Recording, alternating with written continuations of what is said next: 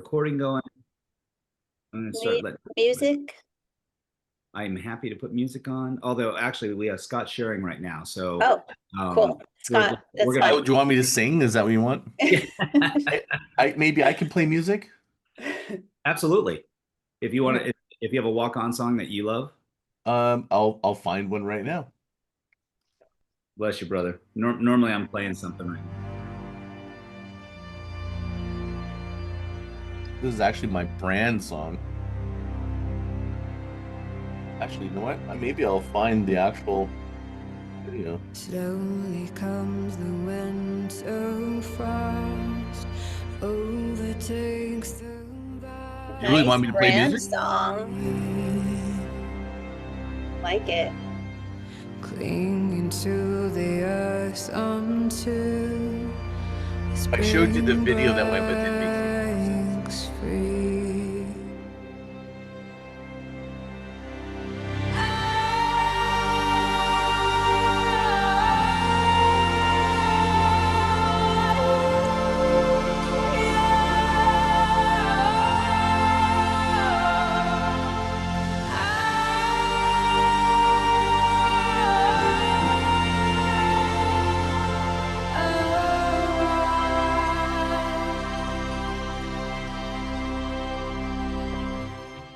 Under the ever watchful eye of the maker. You get the idea. Now I want to have an intro video playing with my song. Because The life song asleep inside the coincides with I license all my photos and videos with Morgan Mason, famous surf photographer, videographer. So yeah, That's awesome.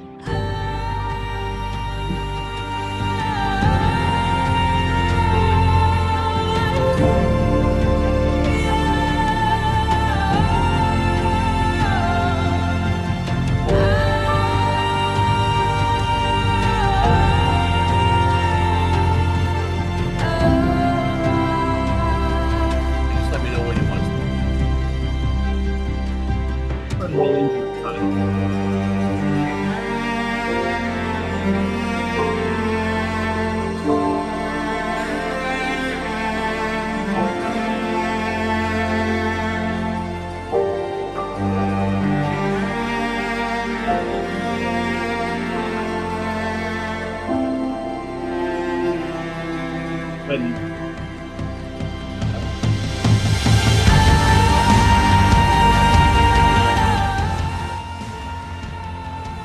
Good morning, everyone. Welcome to Your Best Life this morning. Thank you for joining us on this beautiful Thursday morning.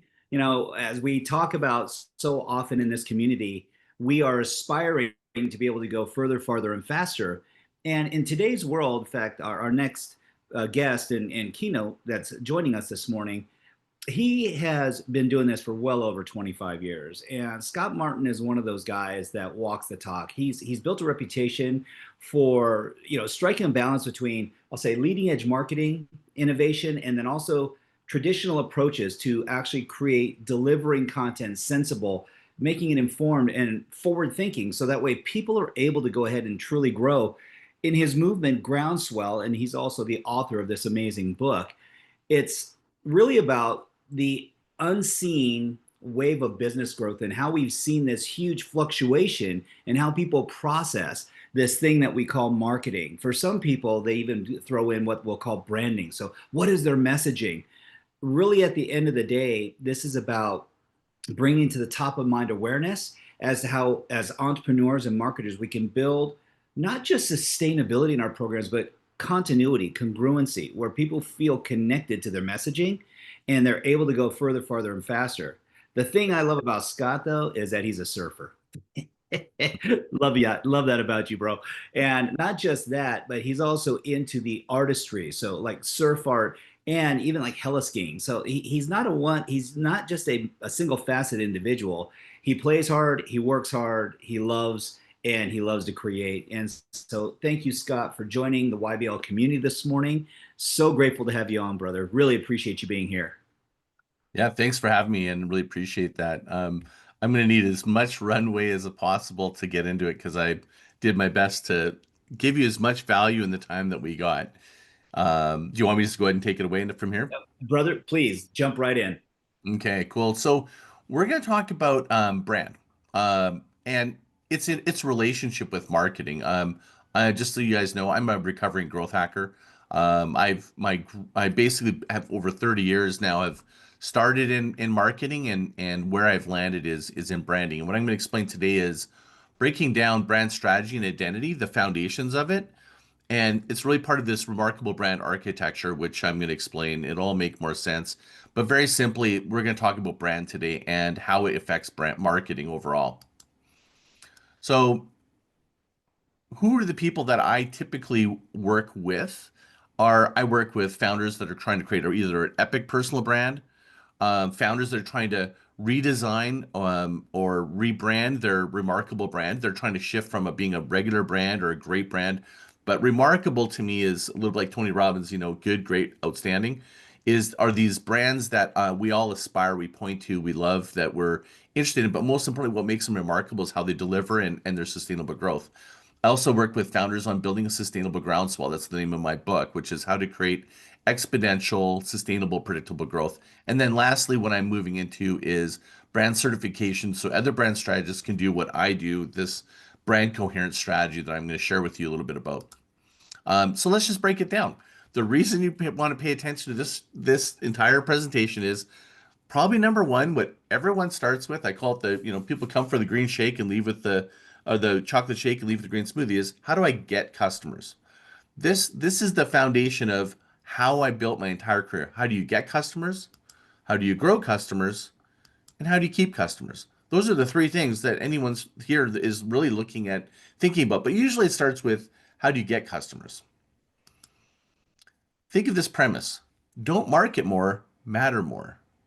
See, Jay Kunzo and we did this podcast, and what does that say to you? Does it give you a reframe of maybe there's a better way of marketing? Are you finding your marketing is kind of jumbled? Well, most suggestions or strategists or stuff I'm seeing on the internet is about just marketing more. Hey, post more consistently. What if you just mattered more? That's where branding comes in. Marketing is probably not working for you. This might be one of the symptoms that you're kind of maybe want to pay attention to what this is it's not that the marketing is not working because of why. Is it differentiation? Maybe you're not different in the marketplace. Is it sensitivity of price? Are you finding that you're not making the profit margin you want in the differentiation? Is it misaligned to your values or misaligned in any way, shape, or form? Or the big one, which I think most people, is lack of clarity. How many of you have listened to somebody that's trying to explain their business, and as they drone on, they tell their story, you slowly find your brain wanting to go elsewhere? Why? Because those calories are being burned to save you. It's sucking your life force. Think of what it's doing for your customers, right? All these things are like little paper cuts for businesses, and oftentimes it's like hemorrhaging because right now things are really changing in the way that we need to market. What worked before is not working today. If you're interested in kind of like going deeper on what the symptoms are, if you need to be looking at an overhaul, I wrote an article in Medium. You can just Google it. Just Google brand coherence and it'll show up as one of the ones, but it gives a little more expanded view than what I just gave. I just want to pick some. To give you also a little bit more background, is I've worked with large brands and I've worked with founder brands. And so I mostly work right now with founders. And the reason is the way that I've shifted is I'm really not working with brands that are trying to go and have quarterly earnings. They are a different type of, I've in the past, I've worked with the Best Buy and Detroit Pistons. And what I found is a very simple truth. So I call it big, small, small, big. It's like being a kid. When you're little, you wish you were big. And when you're big, you wish you were little. All those brands are wishing they were like most of the people that are on this call, which would be small, medium type of businesses. And even a medium business is like, 5 to 15, $20 million. So, and what I found in those rooms is they don't have their shit together as much as you would think that they do, believe it or not. But I've carried over that level of branding and marketing and bringing it down to smaller businesses. See, over those 30 years, unlike maybe a lot of brand strategists, they started with brand. I didn't. I started as a salesperson. Then I became a leader of a .com. And all the while, I deep down was a marketer, and I started learning my craft of marketing. Then I started my own agency, and I basically was a growth hacker, was a go-to for large brands to be able to do large growth on contents, or sorry, on contests. And while I've owned that agency in all these years, even to today, I've rolled up my sleeves and there's not a single piece of marketing advertising, from making commercials to building websites to code to whatever, that I don't do, haven't done. And the reason why is I just have a curiosity and a desire to know every piece of this, because if I'm going to give a strategy, is my first piece of advice to you. If you're going to take advice from somebody on your marketing and strategy, if they've never done it, or if they built, say, for example, their Instagram and it was built 5 years ago, it's not necessarily can be remodeled today. And there's each one of you has your own innate resources, energy, thoughts, structure, everything. So you can't use a template, no different. And that's what I've recognized over the years. You can't use the same template for everybody, but you can use the same way of thinking to apply to everybody. And that's what I'm going to show you, is I'm going to show you my thinking. So all these years I've done pretty much all the span of it. And even today I'm innovating. So now I've got a community called Groundswell Inner Circle. It's on Mighty Networks, and I've got about 1,000 members. And now I'm launching my new iOS app. It'll be out in the next couple weeks, is what I'm working on right now. In addition, most people that follow me are going to probably think that I talk a lot, and a lot of what we're talking about today is I am almost perceived as anti-AI. It's big. The reason I come out with more conversation about AI is I'm more focused on the human connection. But the truth is, here's something I just been working with in collaboration, is an AI for brand strategists.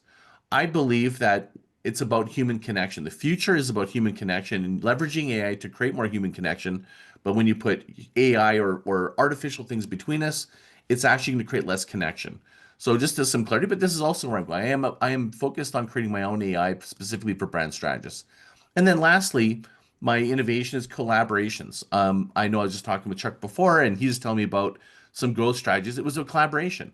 Collaboration is like a new way. And how do you create two brands together? Think of what is it? Oh, I'm sorry. I thought I was going to be able to pull this name out of my head. She does the cooking, and he's a rapper. I don't know why both their names don't come together, but they sell candles. You know, you're seeing all these. Martha Stewart and Snoop Dogg.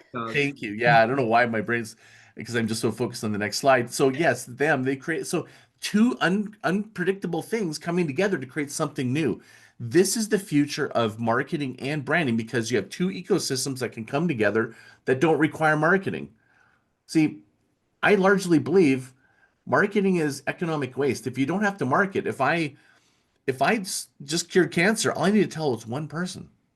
Your goal is to be remarkable with what you deliver, and bring together ecosystems is another way where two of you together, almost like new alchemy, where it created this. So me and Guru Singh, he's a third generation yogi, and I talk about branding, marketing, strategy, and he talks about the laws of the universe, nature, and ancient wisdom. And we kind of had this podcast that blew up, and then we decided, let's make a course and really talk about these things. And this is perfect for somebody that's going to be maybe reluctant to sell. Maybe introverts are going to love it, because it's just a different way of marketing. But you're here today not to know about that. You heard about what is branding and why is it important to you. So when you think of branding, what is usually connected to that is brand guide. At the end of the day, when you're doing branding, it should culminate into a document. It's about a set of standards.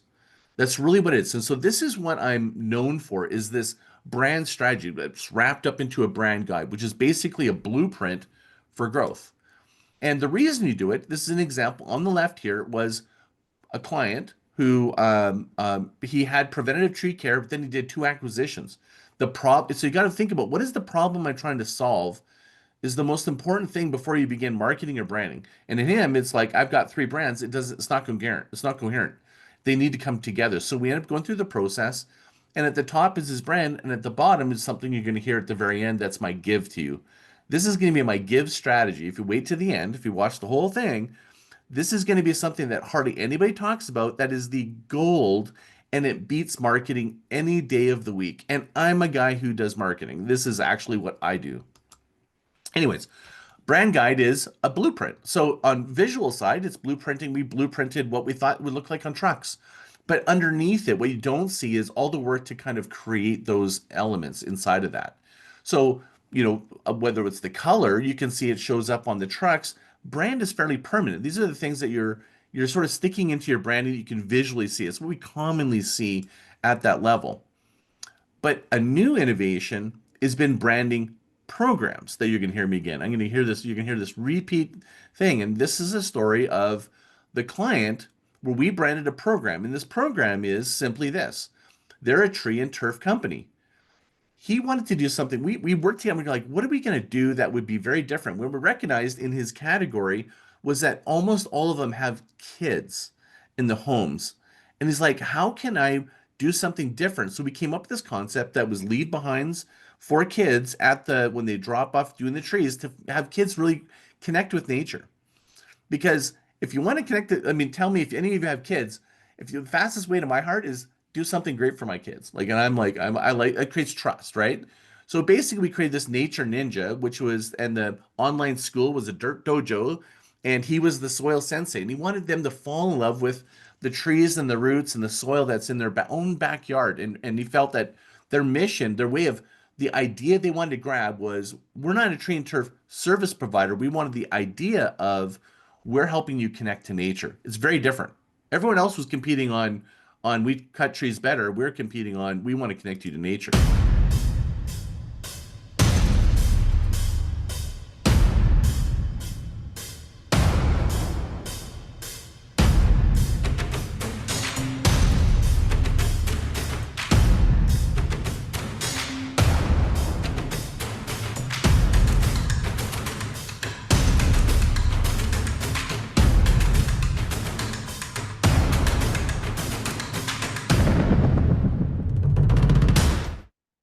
That is very different feeling than all the rest of the people in this category.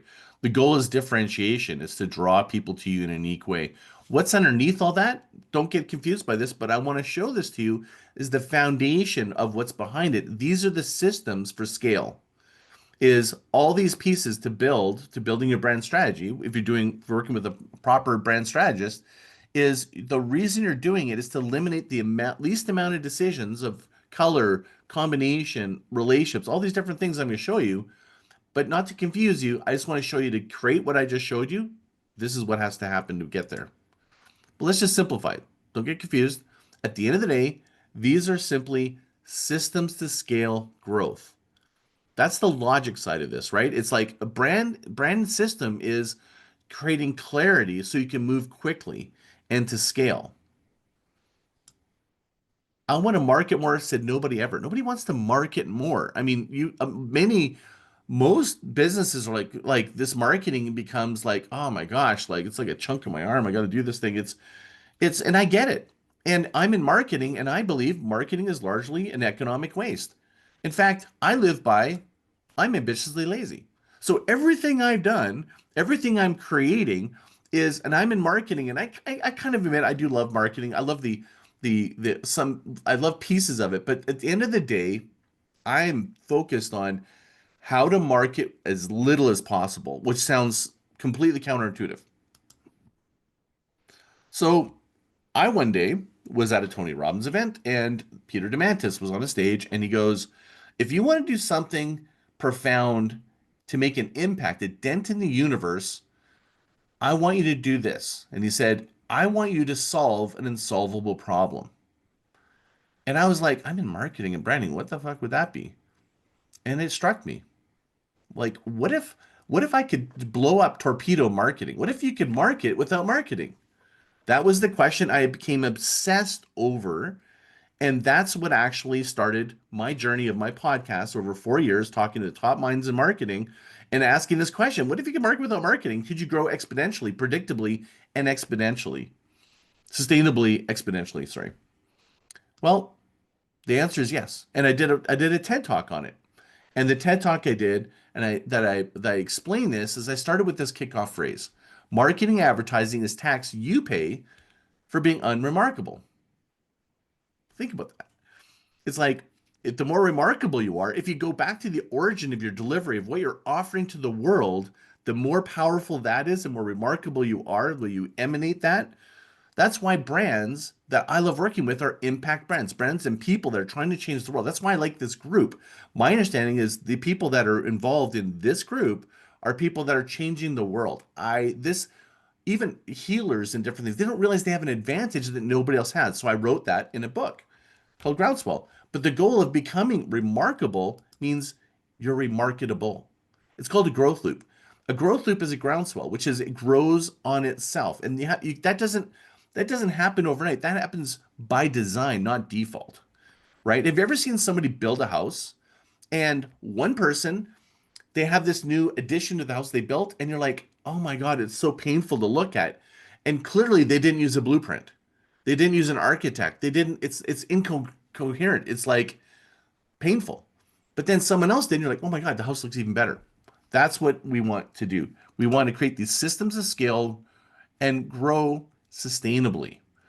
See, that's why I said before at the beginning, I was like, I'm a recovering growth hacker. You know why? I chase the rapid growth shortcut things. I chase the trends of the day. 99% of everything everyone sees, hears, and talks about on most stages of marketing, if I would argue, the first question I want you to ask, if I can leave you with one idea to challenge the world, your worldview, is ask yourself, can that be repeated? Is that sustainable? Can I create predictable revenue? Because if you're a business owner and you're in marketing or your strategy, you should be aiming at this at every way you can. Otherwise, you're going to exhaust yourself. Also, is it coherent? By coherent is this. See, how many people have gone to somebody and they marketed, they branded, it looks so good, and the best it was the day you bought it. And the second you started working with it, it just went, over time, right? It's not coherent, right? Coherency means the brand promise, and when I got into engagement with you was better, ideally, but at minimum, it's like it's matching what you said, what you promised. Because our incoherence meters, is it fair to say that we're looking for incoherence, red flags? Like we're designed for this because we're bombarded with a lot of bullshit. Our bullshit meter 2025 is like completely, working at overtime right now because pandas are going down slides into pizza commercials, turning into some real estate commercial, and you're like, what the hell is going on with this world? Right? Brand coherence is basically combining remarkable growth. So what I'm going to show you is most branding, and I'm going to explain what I mean by most branding. What I'm going to show you about brand coherence branding is combining this idea around remarkable growth that grows on itself, combined with transformational delivery. What do I mean by transformational delivery? So I talked about remarkable. Transformational delivery is this. Do you remember the first time you took an Uber? I know I did. Many people do. I like using this one example. And I think if you think back, you probably jumped on an email, a text, or a phone, or the first person you met that you knew, and you went, dude, have you been in an Uber? Oh my gosh. It's like I was at a cab before, and you probably don't remember because now it feels like it's sort of, maybe it's too far back. That is it's transformed the very thought of what a taxi cab could be. They basically transformed the delivery of the service. So without getting deeper into that, I break it down in the book, which is these 4 phases: build, give, grow, transform. See, in that book, this is a foundational structure that I'm building all the other pieces together. And so even if you just take this foundational book, those 4 pieces, there's different phases, and we'll kind of explain it. But the origins of it is get, grow, keep. Recognize that at the beginning? That's because Don Peppers, he was the actual OG of this concept. There's only 3 ways to grow a business. You get customers, grow customers, keep customers.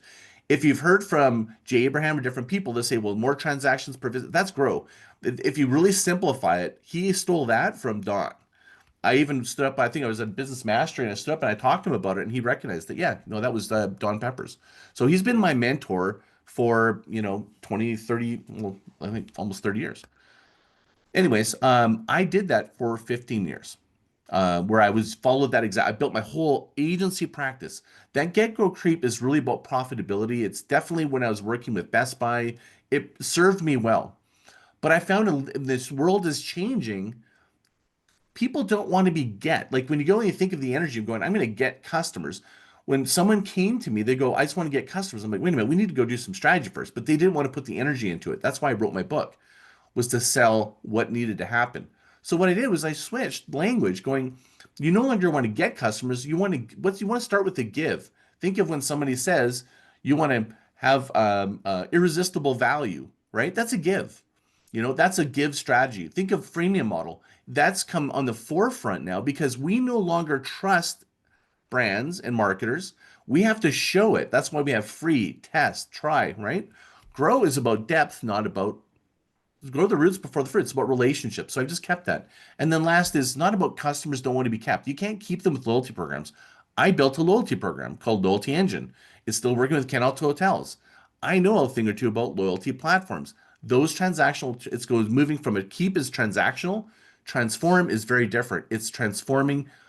Think of when you something that transformed your life, the relationship that you have, whether it's an Uber or whatever, you become very loyal. So I call it give is the new get. That's kind of like something I've known intuitively, and now I've really applied it significantly. Changed the way. Just another little gift for you to think about is when the minute you go, we need to get new clients. Go, what are we giving? Give is an energy. It changes the energy exchange. It also reframes the way that you actually go out and market. It changes the way that you even produce the kind of language. But what's missing in that is the build. My book, you'll recognize, is that most of the book is about build. Why? Well, because people just want to get customers. You just want to get, so let's just get over. Let's get customers. We need cash flow, right? But build, think about like an arrow going backwards. The energy is going backwards. For entrepreneurs, it's like, oh my gosh, we need to get selling, right? It's hard. That's why I'm trying to sell you on taking the time to build a proper brand strategy, because when you do that, what happens? There's tension, right? But you have a little time to be able to aim, target, actually leapfrog and hit your target. So the build phase seems counterintuitive, but it's the opportunity to kind of accelerate your growth. And so when you think of these 4 phases, build is like each of these has in a brand guide, the little copy in it there. You don't need to read too much of it. Those are the different pieces that kind of build, not kind of, they do create the foundation for a good strategy. Nothing about problems. See, knowing your problems. So right now you're going, okay, well, this is interesting. There's every marketer has some level of problem. And so to identify it, I kind of broken it down into, it's the same framework. If it's at the tactical level, it's the give. It's something to do with that entry point of the first point of contact. It's a very surface level problem.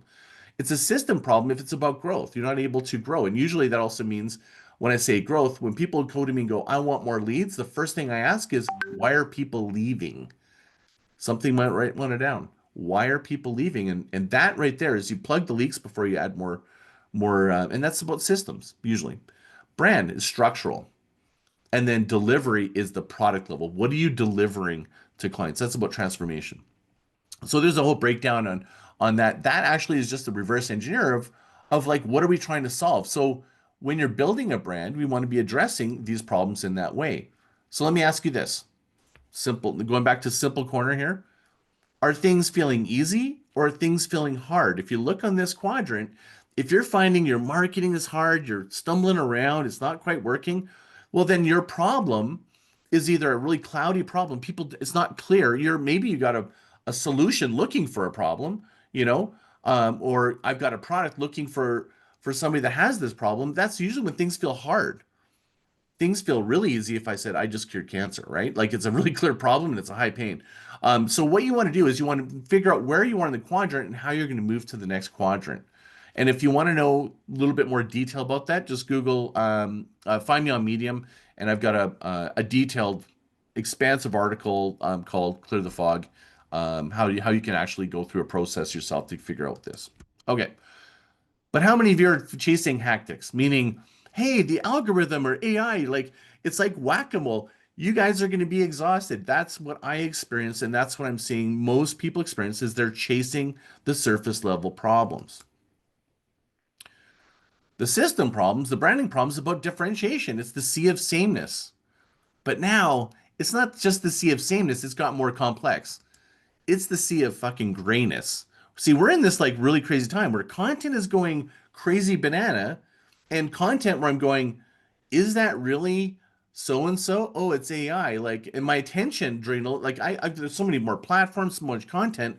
We're at this point where it's like really a tipping point. And I call this the title shift. It's actually the shift from we're leaving this age of attention and we're moving to this age of trust. I'm writing a book about it right now, specifically, and this is about why largely a lot of your marketing is not landing right now. It's because we're still focused on know, like, trust, and it's going to be reversed. It's going to be trust, like, no. It's already moving in that direction.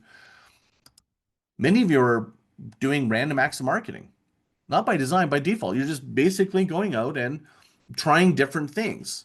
You need to create a process. But the problem is there's an attention arms race out there. I mean, like you look at, if you're chasing attention, it's a race to the bottom. Like, somebody's gonna have more money, more attention grabbing hooks than you. It just feels like it never ends. And so with our attention people trying to grab attention, you should be thinking about trying to grab trust, because this attention industrial complex is built on attention. So how do you hack this? Hack the system. Don't create attention, create it. Awesome. So how do we do it? This is the crux of the explanation of branding. It's based on these three levels: identity, strategy, and architecture. Think of structure, system, strategy. Just follow me for a second here. Think of a house. So the house is the foundation. That's the structure, right? And when I lay the cement, I put up the walls, largely that's permanent. Then the systems are like my plumbing and electrical. They're largely persistent, meaning if I really wanted to move a plug-in, I could. I got to break some wall stuff, but you can move it. And it does happen. But largely, it's pretty much stays there. And then strategy is like what's outward facing. That's like the paint of the house, the front door. That can be changed largely pretty quickly.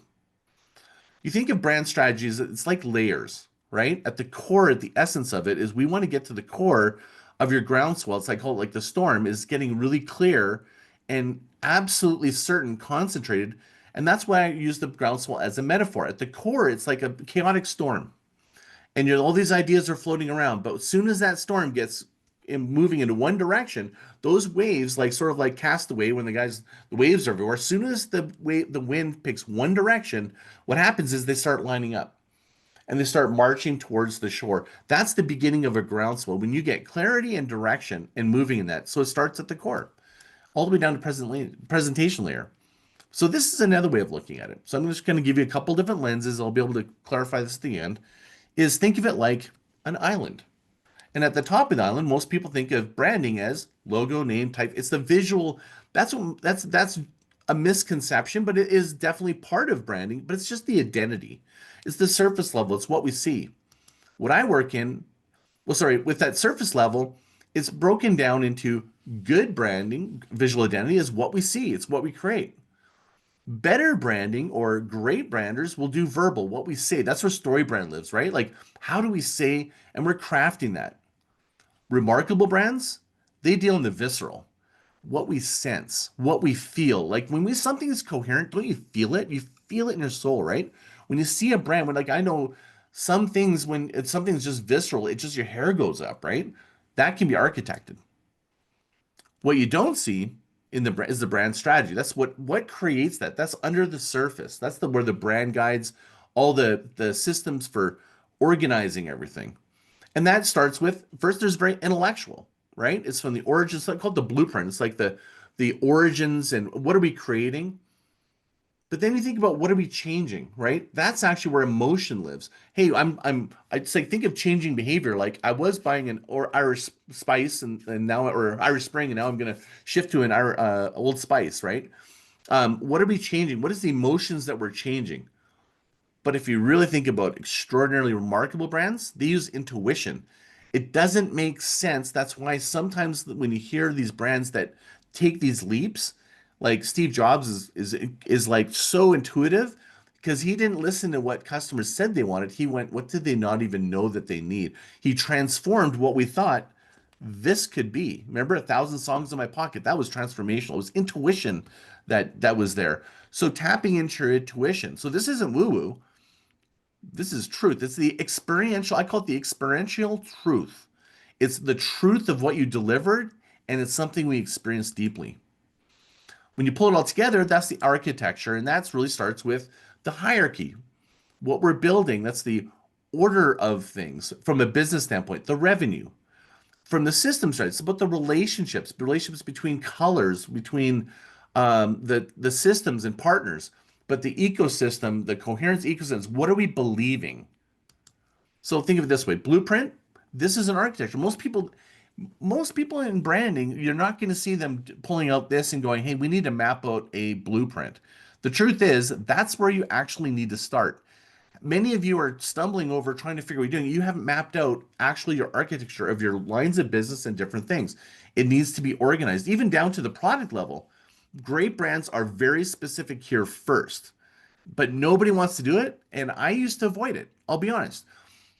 Doing brand strategies, I knew I had to do it, and I didn't want to put the poor founder through the arduous process of committing on paper the blueprints. And I'd always end up doing it myself and doing it on the side. And I realized that was a mistake. You got to start here first.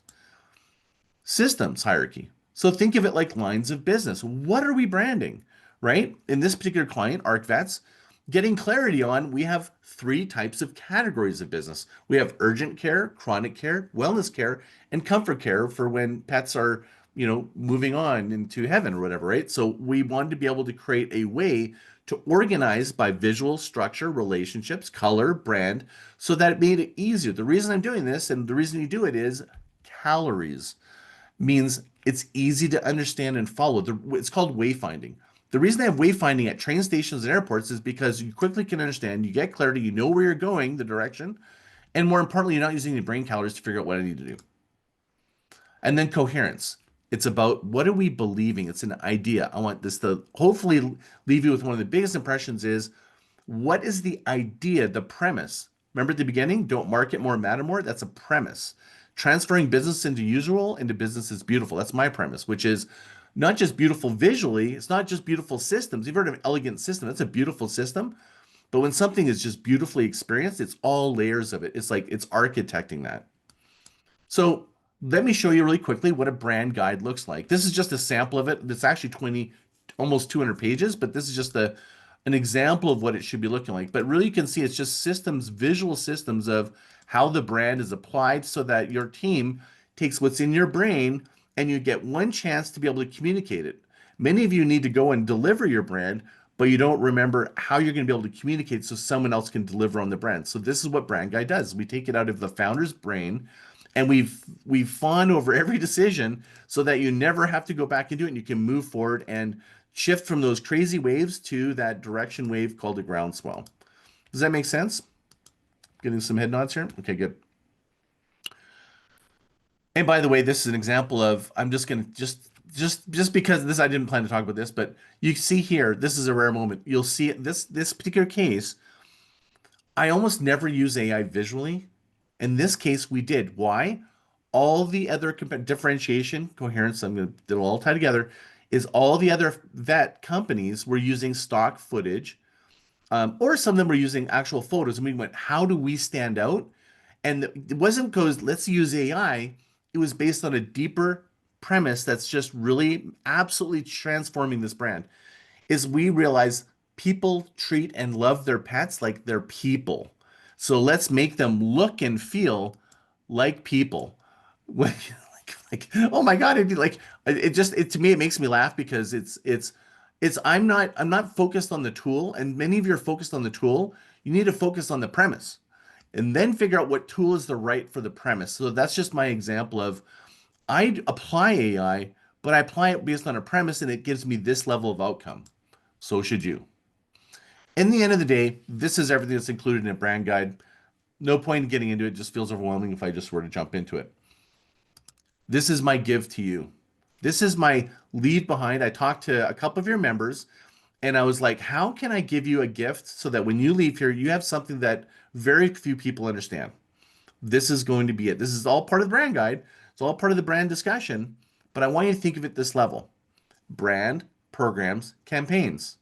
Brands are structure, system, structure, system, strategy. Brands are permanent, programs are intermittent, and campaigns are largely, or sorry, programs are persistent and programs are intermittent. Most of you are focusing on campaigns, meaning you're chasing, posting stuff, and it's just campaign based. You're not using the other two anywhere near, which is why you're exhausted and why it's largely not working. So brand, permanent. So this is like a permanent thing that we have out there. Programs in the Nature Ninja is these comic books that he had for kids, the podcast that he has, this leave away, leave behind about connecting to nature, this white paper. That's a program that can change. It's like this is where most people do not understand programs, and this is something that I believe is the secret sauce of coherence. It used to be brand coherence. There's a book, a famous research report called now I remember these names on the fly. I should just had the visual up. But over 35, 40 years, they've been studying brands, and there's two activities.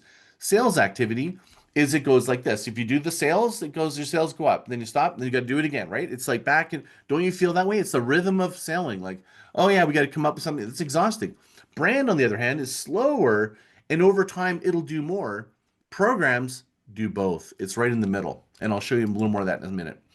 And here's an example of a campaign, like what we deliver on the doorstep or whatever, to get people to activate sales. The reason people do this is because if I do response, it activates sales. Brands feels a little further away because you're like, I'm doing this branding, but is it working? Right? Programs is the middle ground. So let's explain brand again. So for Scott Martin's brand, it's my primary. I have these brands. Think of it like I have my book. It's permanent. It's not going anywhere. My community, it's permanent. It's not going anywhere. I got 1,000 members. My consulting firm, and then my academy, my teaching academy. All those are like permanent brands. I've even branded out to give you an idea. I don't rarely show this, but I just thought I would in this group. Is you're seeing a forward look at how much I remember the house example I gave you. Well, I'm in the middle of working on this book. I've already mapped out all my books and I based it on a foundational outline. That's how much I'm a nerd. I want everything. I want to understand its interconnectivity because if it's clear to me and it's totally systemized, it'll be better for you. How many of you are actually thinking, if you've written a book, how many people have seen friends have written a book and you're like looking at the book cover and the name and like, what's that got to do with what you're really doing? And then they write another book and it's like, it's like the building that just kind of adds on because they're not taking the time to really think about what is the coherence. Coherence is the game. Is when you start realizing that a brand is really coherent and it's like your trust barriers go down, meaning your wall of mistrust, you start trusting, and that's why you can just kind of follow along and move. So I've mapped out all my books from this hierarchy point of view. Programs. I need to take a sip. I can notice my lips again. I feel like I'm making great time, so we have some time for questions. So anyways, programs. I have programs. So programs I have are like my podcast, my Rip Currents show and stuff.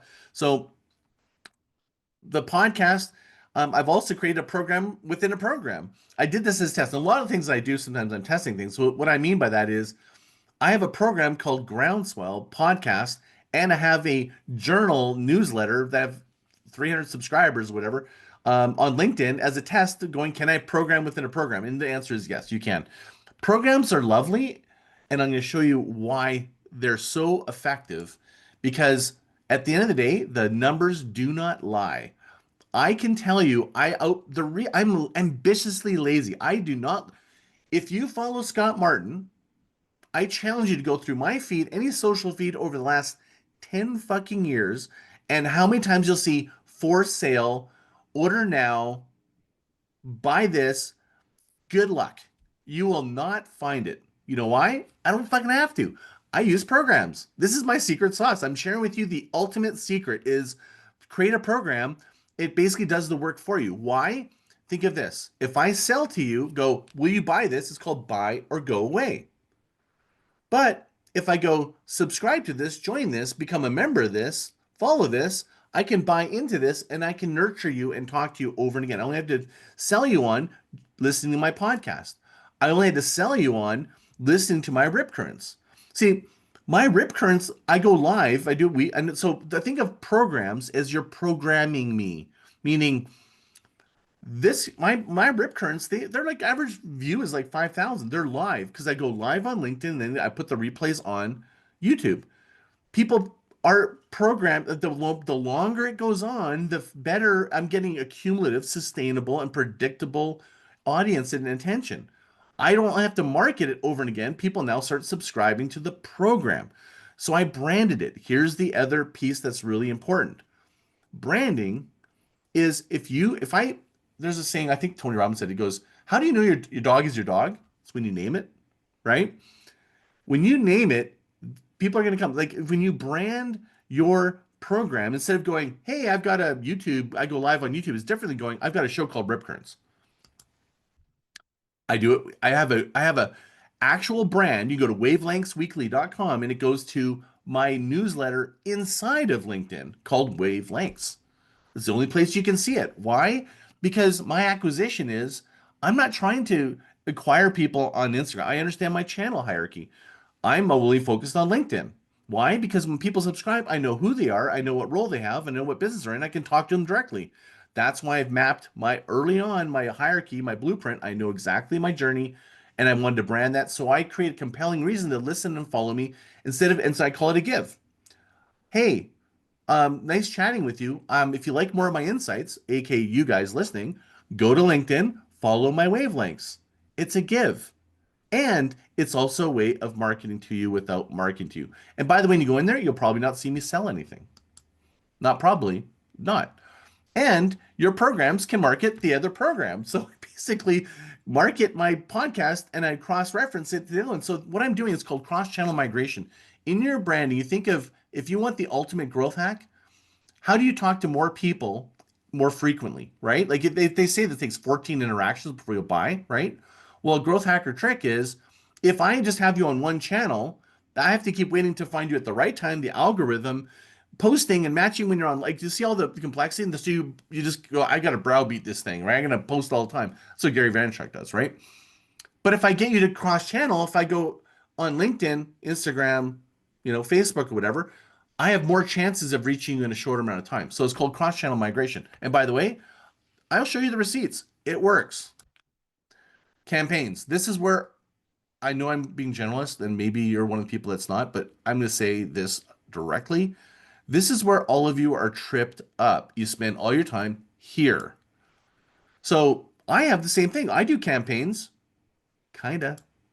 So I do this one campaign. This is one campaign I do once a year. It's the only time I discount my community is one time a year, and it starts June 1st. I call it my summer pass sale. It's a seasonal program, but really it's a campaign. In my community, that's the only campaign I do once a year. And I got 1,000 members. I think it's working. My book. It's a campaign, but I kind of treat it like a program. You know what many of you are doing this, like, think of it like junk food or something that just gets thrown away and you got to keep producing it. I created a system going, for all of you, you can go get I misspelled Groundswell. It's Groundswell, by the way. I just noticed my spelling mistake down there. You could go to groundswellfreechapter right now.com. That's my give. You get free 50 pages of my book. That's my campaign for my book. I don't have another campaign. That's it. I want you to trust the content, but I don't expect you to trust me. Go ahead and read 50 pages and tell if it speaks to you, then you can buy more of it. How much easier is that? Do you know how much easier it is? See, when you build these systems this way, you don't have to have that icky feeling of like trying to convince. When people think of that, they think they're convincing somebody. You got to sell, and really what it's about, it's just sharing. It's inviting. Very different. I right now have a time sensitive. That's one of the very few things I'll do is I'm just going to go, hey, I've got this new mindful marketer thing. If you go right now, I have an early bird pricing. I put tension there so you get your attention on it, and it's going to go away. If you don't want to do it, well, it'll go to full price. Because motivation isn't me selling you on every little feature and benefit. When someone's buying into you, and the more they buy into you and your brand, when you present these things, you don't have to sell as much. So here's a net. You're a business owner. Great, Scott. This is an example of an actual business called Purcell Heli Skiing. All we did was brand their email newsletter. What the problem we were trying to solve was they came to me going, Scott, I don't have predictable revenue. Getting customers, the source of where usually everyone starts. My solution was we need to create a mechanism for the people that are desiring to get that inbox with anything that you say. So the way we do it, we're going to create this year round because it's very seasonal. We got to create this yodel, Call of the Mountains, which is they're third generation Swiss people. This is the coherence of the brand naming, right? Third generation guides when they're from Switzerland, they yodel in the mountains when you're skiing so you can find where the guide is. Call of the Mountains is trying to pull you in. Come out here and play with us, right? So all we did was we structured it like a magazine. It's just an email newsletter. We created an expanded version on the landing page and we put covers like a magazine on Instagram. What was the outcome? It stabilized their business. They became the most profitable they've ever been. I did a podcast with her. She'll tell you all this story. And they sold it, and they sold it for multiples. And the reason why, their database, their program. The company that bought them was because of their program, because people are going to buy, you're going to think of there's only two reasons why you want to do branding. Sensitivity to price probably being a big one. But the other one is it's like, are people able to, if you've got two brands, Nike and no brand, the business performance say that sales are exactly the same, but Nike is a brand. Which one is going to be more desirable? Because they got more predictable revenue, sure, because of the brand, because it's more people are drawn to it. Your valuations for your business are based on business performance, the sales, the outcome, the profitability, but also the brand. If someone's buying just your bottom line transactions, you don't get as much valuation as you've got predictable revenue or a brand that they desire. That's what they got with this. Here's what I'm going to end with. Branding is the feeling people get when they think of you, when they leave. It's about a feeling. It's about, do I trust this person, this brand, this thing? It's like, if you really think of it as a feeling, it's called a brand mantra. What's the feeling you want at every interaction? That to me is, in the essence, why you do brand coherence is you just want to get that so you can create the feeling that you're trying to create so that people trust you. Anyways, I have time hopefully for questions. Scott, this is amazing. I so appreciate this. It is, there's so many different layers, and you gave us so much information. It's like, to say it was Probably a lot. This is Niagara Falls, and I'm just watching people's body language and some of the ahas and different things. It is so sensical to your, one of the terms that you use. It's like there's a lot of people who are stuck in process. And I know, for one, in our community, we have spent hundreds of thousands of dollars in marketing. And it is very interesting to see how much of it sticks and how much of it just goes out the window. Because, to your point, everyone is always trying to propagate another campaign without understanding the programming. They don't understand. They say that they understand the concept. They say that they understand the premise of the organization. But in truth, they don't understand the emotions, the feelings, the energy, the congruency, and that kind of confluence, if you will, of coherence that you mentioned. And so thank you for being so clear in how you deliver this message. It really is beautiful. And you can see how passionate you are about it. Well, I'm passionate about it. Here, there's something I didn't mention that I'll just mention now to kind of land on what you're describing is everything will shift if you think about marketing as an asset. Think of this. Is it an asset of me having a program versus me posting a post? Meaning I have a newsletter. It's an asset. It's something that you think also a program can live. It's the new, if it used to be don't build on rented land, like don't build all your business on that isn't necessarily true anymore. So if you think of, if I own the show Friends, one day it could be on NBC platform. Next year it could be on ABC. You own the asset, the idea, the brand of it. So that's why I believe that's a more, as an owner, you can feel like you can put more energy in building on it because you know it's an asset. And the reason that you don't is you go, just get leads, just get its attention, and it's thrown away. But when you shift that thinking, it's suddenly now you'll put the energy to do the planning and the build phase. It's so ironic that you say that, because I know so many people that they have a story as to why their marketing's not working. And it's the same story over and over and over and over and over and over again. And to your point of creating a different level of engagement, and that there's this identity that is a part of, like, if it's Yodel, if it's the veterinarian firm, if it's the tree and turf company. Love that, by the way. Like And it's one of my favorite brands. yeah, Nature Because you Ninja. know why? He was brave. He was willing to go where very few people are willing to do. He was nervous about the name that it was a Japanese name, and but that was actually what made them stand out and grow, and that's what made they actually he got acquired by multiples by a private equity firm, and it was because of the brand. It doesn't surprise me, because when there's buy-in and when people believe in the product and the people, because that culture is something that's curated, and that's part, to your part, that's the brand, right? It's like, who are Yeah. your people, what are the processes, but more so, who's showing up to the party. So we talk about state management, we talk about what is the nature and the nurture of an organization, because those are part of their identity as well. Sometimes companies are not good at exactly what you're speaking of, which is collateralizing the characteristics, the values, and the actual energy and the engagement that people feel with the brand, i.e., the company, i.e., the people. And so, man, you've got my head reeling. Like, this has been fun this morning. I've This, got another sort of distinction. You've heard from Peter Drucker and Tony has repeatedly said there's only two reasons for a business, which is innovation and marketing. yep. This is the only thing I very much vehemently disagree with. It's innovation, marketing, and culture. Because if I create a brand and I promise this, but the barista doesn't give me that experience I promised, it all falls apart. And today, it's no longer top down. That was built from the leaders and everyone followed and said, yes, sir. Doesn't work anymore. Right? Yeah. Well, So in order to be able to the consistency which you spoke about in your presentation, it's that constantly being able to provide at that level.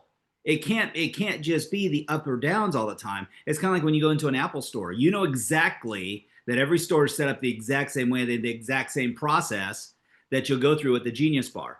It makes it predictable, and they raise the bar to such a level that I'm going to get results.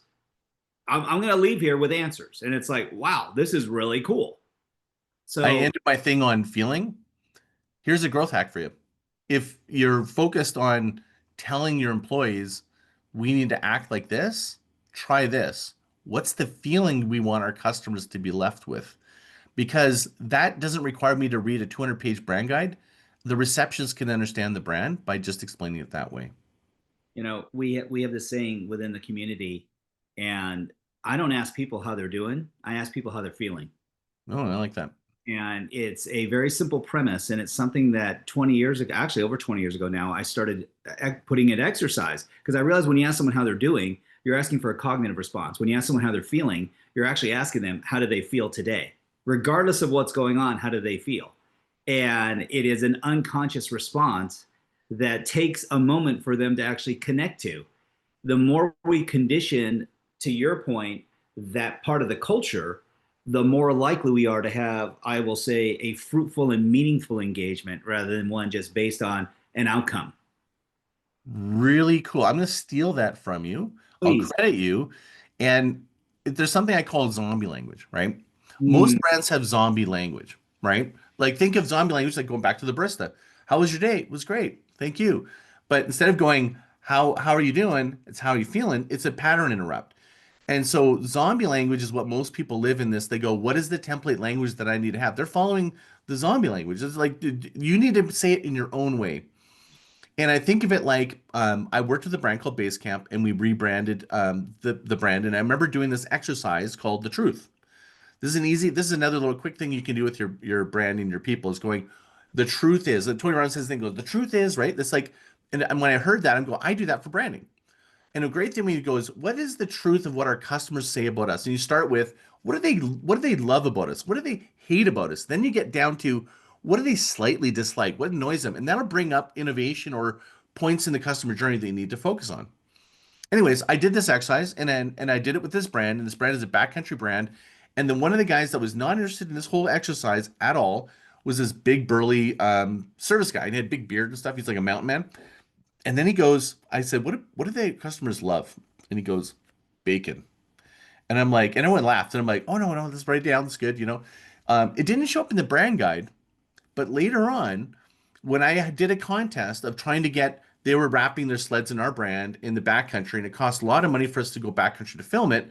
They were already at these great settings with their GoPros. We wanted them to share on social media and tag us.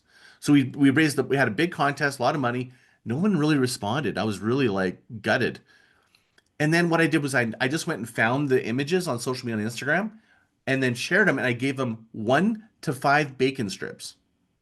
It blew up. Why? Because to those people, to them, it's like there was a coherence. Like, oh, they get us. I don't want they don't want to be seen. They don't want to necessarily boast about things. But to get a bacon award, it just, I don't know why, but it's because it was coherent to them. Because everything's better with bacon, brother. That's just the way it Right. works. Yeah. But you know what? To your point, because it dawned on me. I mean, and I actually had this happen. I actually asked at a Starbucks. I said, "Well, how are you feeling today?" And she goes, "Oh, it's been a really busy day." And I said, "So you're feeling busy?" I said, "So you're productive. So you're bringing a lot of joy to people." And she got this big smile on her face. I said, "How does that feel?" And she goes, "Thank you." She goes, "That feels really good." She goes, "I was tired a second ago and I'm feeling a lot better." I go, "You're welcome." And she goes, "Oh," she goes, "You got a grande?" She goes, "We'll make that a venti." I mean, and it was like there was this reciprocity that happened in a moment that was simply by asking a higher quality question. I love that. And so, so grateful for you, brother. I mean, seriously, we're going to make sure for everyone, if you aren't on here live this morning, thank you for everyone who was live and joined. We're going to make sure that all of Scott's information is accessible to you all so you have the opportunity of connecting with him. He's a bastion of knowledge. He has so many distinctions and insights. And this is the one area that I will say and I'm going to speak selfishly for a moment. In the pursuit of expanding the level of value that each and every one of you creates every single day, this is an absolute must in order for you to be able to share even more, impact even more, grow even more. If progress equals happiness, talk to Scott because he will help you feed all the possibilities that will feed your progress. And this is what the differentiation is. Scott, any closing remarks, brother? You've been brilliant, by the way. Thank you for, because I know you, and I know you could go on for 3 or 4 hours and keep us all just. That was hard to do in an hour, just I've got more I wanted to say, and I'm like, I just had to cut it out. And I make you this promise: if you're up for it, I'd love to have you back after the first of the year, so we can go deeper, because I know that you're gonna have a new book coming out, and please. This is you're amazing and powerful, and thank you for being so selfless and sharing your knowledge. I know that you left us with some really amazing, not just nuggets, but there's diamonds in here, and we just need to slow down a little bit and get clear. And I'm going to recommend everyone get the book Groundswell. I know that it's already in my box on Amazon, and so I'm ready to read it. So I'll leave you with a quote. It's please. from my podcast with Jay Kunzo. Many of you are trying to be the best. You're trying to make your brand. You're thinking that's what this is all about. It's not. Remarkable isn't that. His quote is, "Don't be the best, be their favorite." That's beautiful. That's beautiful. That is that's profound. That is very, very, very profound. Changes everything, doesn't it? Perspective is everything, bro. As you know. God bless you all. Thank you for joining us this morning. Scott, thank you again so much for everything. We're going to make sure that people can reach out to you directly. And if there's anything that we can do to help support you as well, brother, please let us know. For our members, we have a trip. It is a family trip that's coming up in January. Thank you for all of those that joined us in Bali. And we are going to be in La Jolla, California, January 20th through the 24th.